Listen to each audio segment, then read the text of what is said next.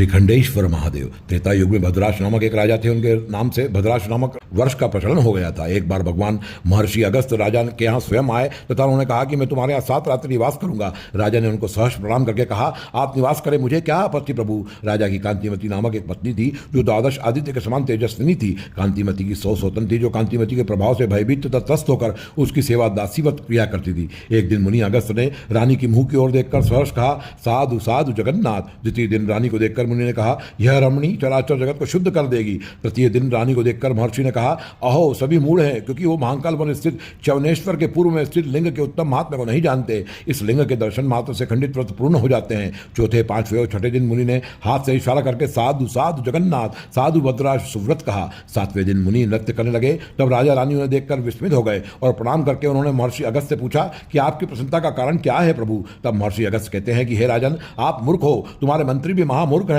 पुरोहित गण भी महामूर्ख हैं, तुम मेरा अभिमत नहीं जानते। जिनके दर्शन करने से तुम्हारे जैसे राजा का जन्म होता है उनको तुम में से कोई नहीं जानता। तब राजा महर्षि अगस्त के आगे हाथ जोड़कर खड़ा हो जाता है और बोलता है कि आपका अभिमत स्पष्ट करिए भगवान। तब महर्षि अगस्त कहते हैं कि हे राजन, तुम्हारी रानी कांतिमती पूर्व जन्म में वेदिशा नगरवासी वैश्य हरिदत्त की दासी थी। तुम उस वैश्य के भृत्य थे। इस वैश्य ने श्री महाकाल मंदिर जाकर शुभ पुष्पों से विधिवत देव श्री महाकाल का पूजन किया था। तुमने भी श्री महाकाल जाकर शुभ पुष्प आदि से सविधि लिंग पूजन किया था। तभी तुम्हारा जन्म महाराज प्रियव्रत के गृह में हुआ। तुम्हारी यह पत्नी वैश्य की दासी थी। वैश्य के सानिध्य में इसने भी उत्तम भूमि प्राप्त की। तभी मैंने 7 दिनों में क्रमशः राज्य, पत्नी, सुता, साधु विषयक वाक्य कहा था। उस लिंग की पूजन के प्रभाव से आज आप सफल राजा हैं। यह सुनकर राजा महर्षि अगस्त के साथ महाकाल बन जाता है। वहां जाकर राजा ने अगस्त जी द्वारा बताए गए लिंग का भक्ति भाव से दर्शन किया। राजा ने अपनी पत्नी के साथ उस लिंग का विधिवत पूजन संपन्न किया। राजा द्वारा की गई पूजा से प्रसन्न होकर भगवान महादेव ने उसे वर देते हुए कहा, तुम इच्छित तप, भोग, ऐश्वर्य, कुल, प्रभाव, सौभाग्य,